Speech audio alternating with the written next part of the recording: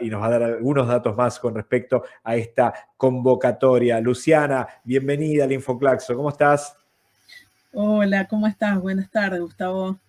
Gracias por la Buenas invitación a tardes. este espacio. No, gracias a vos por tenerte acá. Digo, y es interesante porque vamos a hablar de la convocatoria, pero sin lugar a dudas, es una convocatoria que posiblemente al índice impacto de los tratados de comercio e inversión en América Latina y el Caribe, a los especialistas sin lugar a duda dicen sí, conectó al instante. Y otros por ahí no conectan, pero cuando nos empecés a dar algunos datos van a decir, pero está en todo, tiene que ver con esto, tiene que ver con esta línea de tal gobierno y con tal línea de tal gobierno. Digo, es interesante porque en muchos de estos casos, estos tratados de comercio, a veces ponen casi una presentación oficial por todos los medios de comunicación para tratar de convencernos a todos que es lo mejor del mundo. Y en otros sutilmente pasan silbando bajito casi para que no llamar la atención. Contanos un poco de qué se trata la convocatoria y si querés después avanzamos un poco con respecto al impacto de este tipo de tratados. Sí, bueno, efectivamente, a primera vista puede ser un tema, como vos mencionabas, de especialistas, ¿no? De abogados, de economistas, los tratados de comercio, inversiones, ¿no? Parece un tema súper específico. Sin embargo, esta convocatoria, la idea que tiene es hacer parte de esta trayectoria, de esta tradición que tiene Claxo, que es haber generado un espacio justamente para ayudar a vincular de un tema tan que aparece, se nos presenta como tan técnico y académico, por un lado, como son los tratados, con los impactos sociales, económicos sobre las mujeres, sobre la salud, el acceso al agua. Vemos que estos tratados tienen, ¿no? Porque ahí tenemos el tema, cómo estudiamos por un lado los tratados, pero esos somos los especialistas, pero por otro lado la gente los vive, sus efectos todos los días. Entonces, ¿cómo generamos esta nueva camada de investigadores? Si se fijan, dice, y tratamos de juntar a jóvenes investigadores, jóvenes en un sentido amplio, ¿no? Ahí podríamos decirle a Pablo Gomaro que nos venga a explicar bien la definición de joven, pero en realidad es interesante Él ya nos porque la idea enseñó, es Luciana, que juventudes, así que ya la con el juventud. término juventudes, claro, son Es cierto. diversas, sí, claro. Es cierto, es cierto. No, y esto para que, primero, que la gente que le interesa el tema no se asuste, obviamente no tiene un límite de edad. Lo que nosotros queremos promover es justamente, por eso decía, en la tradición que ha hecho Claxo, y quiero mencionar el caso para que se sepa cuál ha sido el rol de Claxo en el estudio de los tratados de comercio e inversión. Allá lejos en el año 2003, ya casi 20 años, hubo una convocatoria a becas que en ese momento comandaba, por decirlo de una manera, el grupo vinculado a Jaime Stay, un académico de la Universidad de Puebla, gente que venía de México, y no es casual que sea de México, con una tradición de haber estudiado el NAFTA, ¿no? Ese Tratado de Libre Comercio de América del Norte entre Canadá, Estados Unidos y México. Ellos ya, los economistas, los politólogos, gente de las relaciones internacionales, de la economía, del derecho, claramente del derecho, que son quienes pueden aportarnos mucho, ya se pusieron ahí a estudiar el ALCA, ¿no? El Área de Libre Comercio de las Américas. Un proyecto que por suerte no vio la luz al final del túnel, sino que falleció por una cuestión de cantidad de tensiones que generó en un contexto, obviamente, de alta efervescencia social en muchos países de América Latina, y también por las tensiones que generaban los grupos económicos nacionales, ¿no? Ese proyecto falló, pero Claxo tuvo un rol importante en hacer ese curso de formación, ese llamado becas, un libro. Hay una tradición dentro de Claxo de una economía política internacional amplia. Nosotros queremos 20 años después retomar esa tradición y formar a esta gente joven que pueda tomar el tema, de algún modo volver a mirar qué pasó después de 25, casi 30 años de tratados de comercio e inversión en América Latina. Entonces, lo que nos interesa más que nada, y vinculado a tu pregunta, Gustavo, es poder acercar a estos jóvenes investigadores y también a gente de organizaciones sociales, porque ojo que son becas mixtas, estamos convocando a grupos de investigación, investigadores por un lado, con una trayectoria académica, una licenciatura, una maestría, pero también con gente de organizaciones sociales como para poder meterse en el tema y analizarlo desde diferentes perspectivas, de la perspectiva de género, por ejemplo, los efectos de estos tratados sobre las mujeres, los efectos de estos tratados sobre el medio ambiente. O sea, hoy dos temas claves, ¿no? En el continente, que es el tema, gracias al movimiento feminista y también al movimiento ambiental, indígena, campesino, que han puesto el tema, por ejemplo, vinculado al extractivismo sobre la agenda de estudio de los académicos. Hoy podemos decir, bueno, que es importantísimo analizar estos tratados, estos compromisos de los países de América Latina y sus efectos, por ejemplo, en estos sectores, ¿no? Entonces ahí tenemos un tema que deja de ser un tema simplemente técnico, de especialistas, y pasa a ser un tema altamente político, que a muchas organizaciones sociales les puede interesar poder ver los efectos de estos tratados en sus países. En ese camino, Luciana, y entendiendo, digo, yo pienso en algunas cosas que aparte tuvieron un nivel de difusión importante, digo, el no al ALCA tan fuerte, 2008 era, si no me equivoco, por ahí le estoy pifiando con las fechas, pero digo, con el famoso al carajo, dicho ahí en el estadio en Mar del Plata, 2005. ¿no?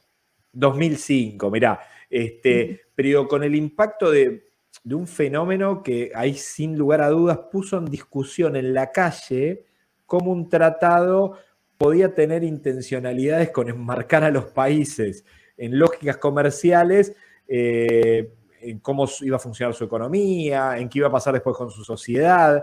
Digo, y entiendo que esas discusiones son muy vigentes, más allá de que los tratados salgan o no salgan. Digo, ¿cuál es tu lectura con respecto a los últimos tratados, por ejemplo, de la República Argentina, de Uruguay? Y entiendo que en el mapa político también de un Chile con un gobierno diferente, ya hay tratados que no convencen de la misma manera que convencían a los sectores más conservadores. ¿Cómo ves ese mapa en la actualidad de nuestra América? Bueno, efectivamente, gran parte de los países de América Latina en los últimos 20 años entraron en los tratados, tanto sea de comercio, los llamados TLC, tratados de libre comercio, como el firmar una enorme cantidad de tratados de protección de inversión. Y lo interesante, quizás como para poder explicar a la gente de manera simple cómo entender estos tratados cuando se firmaron y se negociaron, algunos en los 90, otros a principios de los 2000, vos mencionabas el caso de Chile. Chile, por ejemplo, firmó su tratado de libre comercio con Estados Unidos durante un gobierno socialista de Ricardo Lagos en el 2001, ¿no? Entonces ya lleva 20 años de tratado de libre comercio con Estados Unidos. Cuando se negociaron y se firmaron estos tratados, primero en un contexto particular, estamos hablando del contexto del desplome de la Unión Soviética, el consenso de Washington, estamos hablando del contexto del periodo de los llamados fines, ¿no? El fin de la historia, no se podía protestar, se acababa la clase obrera, se acababan las alternativas. En ese contexto se prometía que estos tratados iban a traer inversiones, iban a generar transferencia tecnológica, iban a aumentar y mejorar el empleo, iban a permitir la diversificación de exportaciones, ¿no? Era una cantidad de promesas que ustedes pueden mirar los discursos de los presidentes, por ejemplo, de ese momento. Yo hice ese ejercicio y se encuentran esas promesas. Entonces era muy grandilocuente todo lo que supuestamente esos tratados iban a traer, ¿no? Iba como la panacea para un momento donde está la crisis de la deuda en América Latina, donde no se sabe por dónde salir, recién se vuelve a las democracias en países como Argentina, como Chile en los 90 se está volviendo a la democracia, Uruguay. Entonces tenemos un contexto en el cual esas promesas, bueno, en ese momento era difícil decir que no iba a suceder todo esto con un tratado. Sin embargo, 25, 30 años después tenemos el beneficio del diario del lunes, como decimos, ¿no?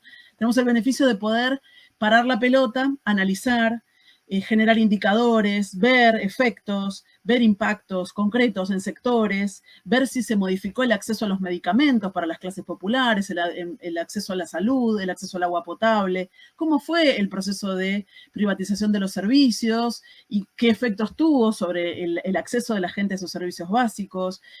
Así podemos seguir en una enorme cantidad de casos. Ni hablar cuando miramos estas promesas de diversificación de exportaciones, que en ninguno de los casos se cumplió, en ninguno de los países se cumplió la diversificación de exportaciones, al contrario, como dirían muchos de nuestros sociólogos amigos de la ecología política, por ejemplo, lo que ha sucedido en los últimos 30 años es la profundización de la matriz extractivista, ¿no? Entonces, esa matriz extractiva está muy asociada a la firma de estos tratados de comercio e inversión, porque lo que hicieron estos tratados fue generar candados que cercaron la capacidad de los estados para generar una política pública progresista, si quieren, alternativa, de izquierda, mientras que le daban todos los beneficios para la libre circulación de los capitales a los capitalistas, a las empresas transnacionales, a los exportadores, al agronegocio, a los grupos concentrados económicos en los países de América del Sur. Entonces, el resultado real no fue el esperado en los años 90, no tuvo nada que ver con el cumplimiento de esas promesas, sino lo que sucedió fue la profundización de una matriz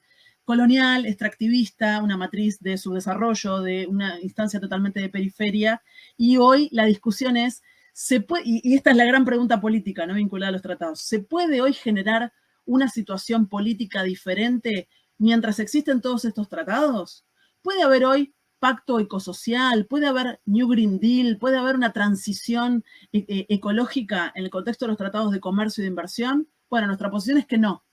Entonces, para poder explorar las salidas de estos tratados y entender esos resultados y entender las alternativas reales que tenemos y qué es lo que los estados pueden hacer con esos tratados, algunos países se salieron de los tratados, por ejemplo, Ecuador, Bolivia, Venezuela se salieron de sus tratados de inversión. Entonces, ese es el contexto que nosotros queremos, en este caso, con esta beca, explorar, llamar a los jóvenes investigadores a que se acerquen al tema, a las organizaciones sociales que trabajan distintos temas, que se acerquen a esta temática, que puedan pensar sus particularidades, su lucha concreta cotidiana vinculada a pensar el poder corporativo, a pensar cómo ese poder de las transnacionales aparece en estos tratados y cómo estos tratados cercenan o cercan o frenan cualquier posibilidad de alternativas de construcción de otras sociedades posibles, que en ese camino estamos desde una ciencia social progresista y con ganas de pensar en una sociedad más justa, ¿no? Luciana, en este camino, digo, porque es muy interesante, porque mientras te escucho, empiezo a entender qué tan enraizados están todas estas situaciones, no solo el impacto de la gente, sino pensaba, ¿cómo entendés y cuál es tu análisis de cómo juegan los tratados a nivel geopolítico? Pienso en un mundo con un conflicto bélico, pienso en un Estados Unidos aterrorizado con un ingreso de China, con una nueva ruta de la seda en la región, sí o no, en una Unión Europea estancada, con dificultades propias que no puede mirar en lógica diplomática hacia otros lados. ¿Qué pasa en nuestra América? ¿Qué pasa en América Latina y el Caribe con esto? Algunos tratados de Estados Unidos o intentos de Estados Unidos intentan ser un estilo tapón que evite que otros se acerquen en relaciones diplomáticas y comerciales más cercanas. ¿Cómo juega políticamente un tratado en ese sentido? Bueno, es interesante porque el contexto de guerra, voy a entrar por otro lado, el contexto de guerra en general te ha generado el intento de, siempre ha generado el intento de resolver de una manera como urgente, hay que resolver la urgencia de la situación de guerra. Entonces, todo aquello que políticamente está trabado se puede resolver con una guerra. Uno puede pensar que hay situaciones que hoy la guerra está apurando. La pandemia ha apurado también. La centralidad del comercio, y lo dijo la Organización Mundial de Comercio con claridad, su exdirector Roberto Acevedo decía, en el contexto de la pandemia la única manera de salir es con más comercio, ¿no? Y la guerra se va a poder saltear o sortear con más comercio. En ese sentido, la situación de América Latina es bastante compleja. Por ejemplo, un acuerdo que está ahí todavía pendiendo de un hilo es el acuerdo entre el Mercosur y la Unión Europea. Entonces, algunos sectores conservadores de Europa, como los sectores más, por ejemplo, Jordi Cañas, sectores del Partido Popular en España, algunos sectores más conservadores en Italia, salieron a decir que la guerra era el momento adecuado para olvidarse de los problemas políticos asociados a Mercosur, Unión Europea, y ya avanzar en cerrar el acuerdo, ¿no? Que en realidad lo ecológico y los incendios en la Amazonía no son tan importantes, o los pesticidas que se usan para la producción de grandes cantidades de soja, por ejemplo, en esta región, o todos los antibióticos que se usan en la carne, no es tan importante. Lo importante es resolver esta situación que la guerra y, bueno, la crisis que se apura en Europa ha generado.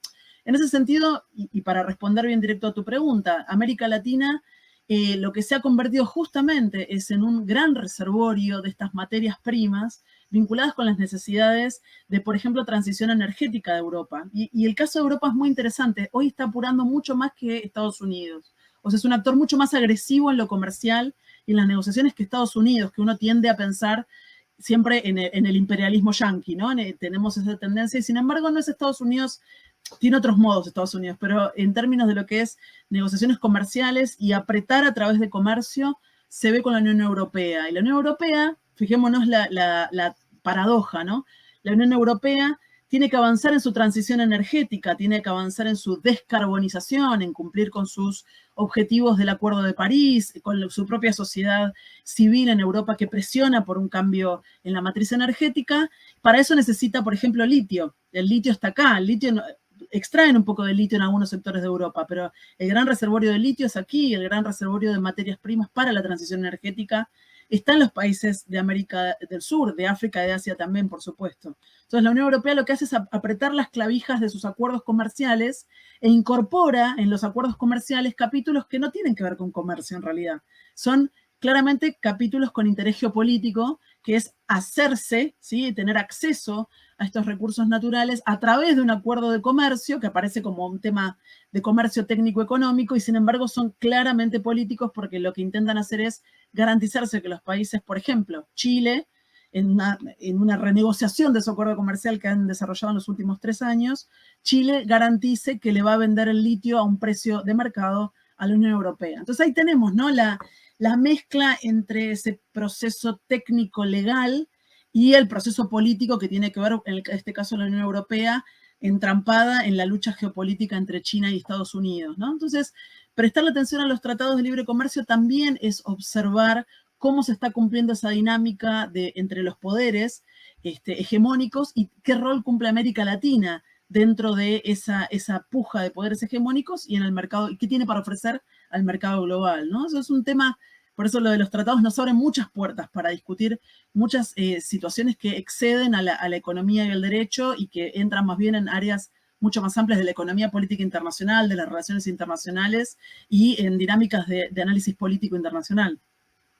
Luciana, en este camino tan complejo, digo, ya claramente, digo, en base a todo lo que nos dijiste y cómo fuiste conceptualizando cada una de las cuestiones, sin lugar a duda el impacto es bien concreto en la vida cotidiana de todos nosotros, digo, desde el valor que puede tener un producto cuando uno va al supermercado a comprar algo, pero que se fabrica en el país o que no se fabrica en el país, digo, hasta cualquier otra cosa. Y entonces ahí la pregunta es,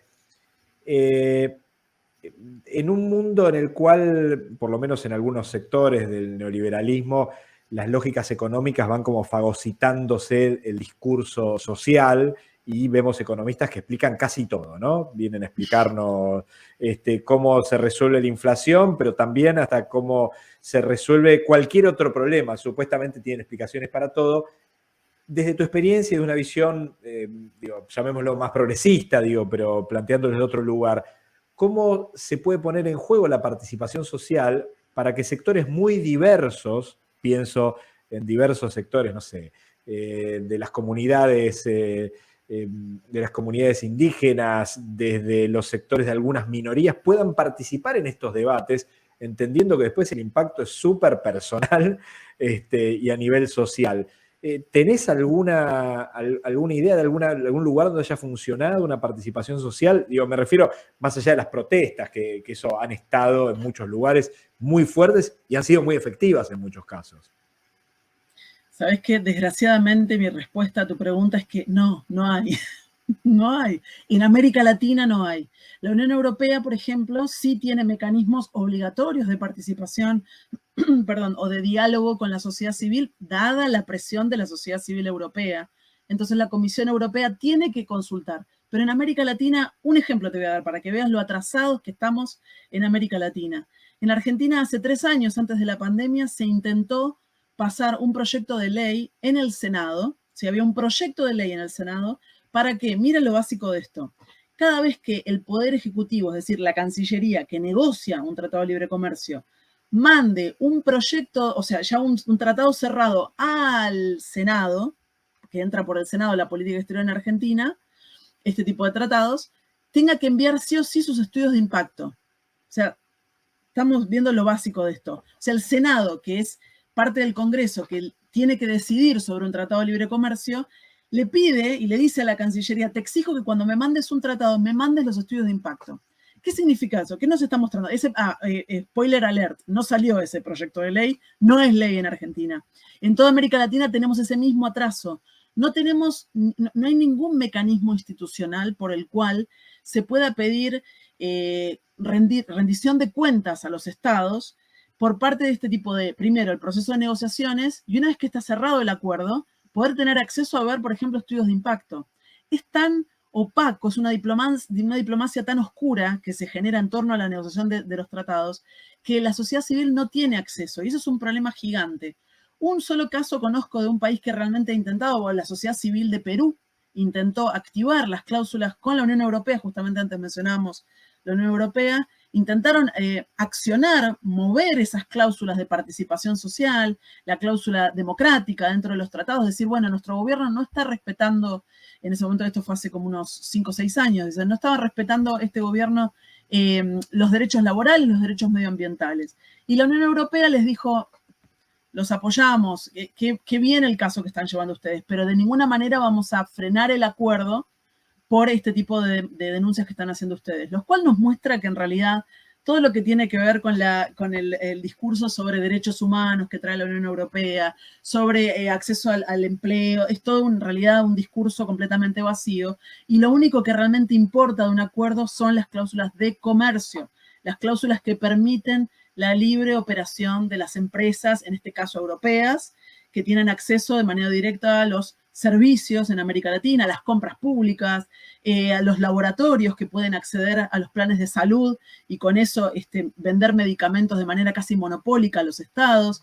Esa es la lógica de un tratado de libre comercio. En realidad, otro ejemplo, y breve, para mostrar lo que ha sido esta dinámica, ninguno de los acuerdos, de los tratados de libre comercio ni los acuerdos de inversiones han respetado el convenio 169 de la OIT, que da obligatoriedad de consulta a los pueblos originarios que van a ser afectados en sus territorios. O sea, lo cual nos muestra el doble discurso de los gobiernos cuando negocian estos acuerdos, que por un lado a la OIT van y dicen que son parte de estos convenios, y por otra parte, cuando tienen que ponerlos en aplicación, nada corre de todo lo que tiene que ver con esto, sino que lo único que corre es el interés empresario. Entonces, eso es una de las lógicas del libre comercio. Desgraciadamente, las organizaciones sociales van a tener que seguir peleando para poder tener un lugar, ser escuchados y seguir exigiendo los estudios de impacto y auditorías de todos los tratados de libre comercio en América Latina para mostrar cuáles han sido los impactos efectivos de estos tratados, y para eso estamos convocando a estas becas que ayuden en el camino de ir en ese camino de conocimiento, en ese camino de esclarecer, en ese camino de mostrar las cosas que ya se perciben en las organizaciones sociales, que se perciben esos efectos ambientales sobre las mujeres, sobre el medio ambiente en general, sobre la salud, sobre el acceso al agua. Tenemos que mostrarlo, necesitamos construir los datos para mostrar esta realidad y salir a discutir con los sectores de derecha que sostienen todavía que este es el único camino posible de inserción internacional.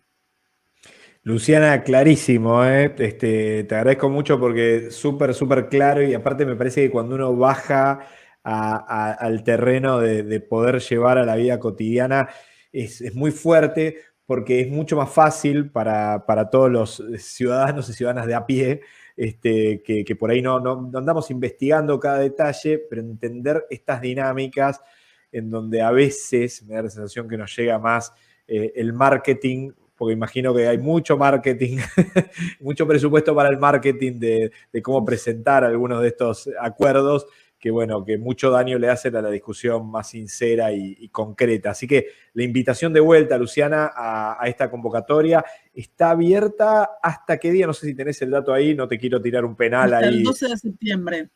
12 de septiembre, perfecto. 12 de septiembre, entonces, en claxo.org pueden encontrar toda la información, todos los datos necesarios para poder avanzar. Pero, Luciana, mil gracias por ayudarnos ahí a reflexionar y sobre todo a entender las dimensiones de esto, que a veces ni siquiera están expresadas concretamente en buenos argumentos de unos textos que, bueno, están más lavados, pero que hay intencionalidades muy fuertes por detrás. Gracias por el encuentro. Gracias a ustedes, hasta pronto. Luciana Giotto, que estuvo aquí con nosotros, interesantísimo, ¿eh? Es fuertísimo lo que se puede generar con algo así, digo, y el poder que puede tener un acuerdo, que como decíamos, a veces el marketing juega mucho más fuerte que otra cosa, y no lo que realmente está sucediendo. Bueno, Luciana es investigadora del CONICET de Argentina, la Escuela Política y Gobierno de la Universidad Nacional de San Martín, integrante de un grupo de trabajo de Claxo, el ex Mercatoría, Derechos Humanos y Democracia. entren ahí a claxo.org, sean o no investigadoras e investigadores, créanme que les va a interesar y mucho esta nueva convocatoria que se estuvo lanzando en los últimos días. Nos vamos a ver, voy a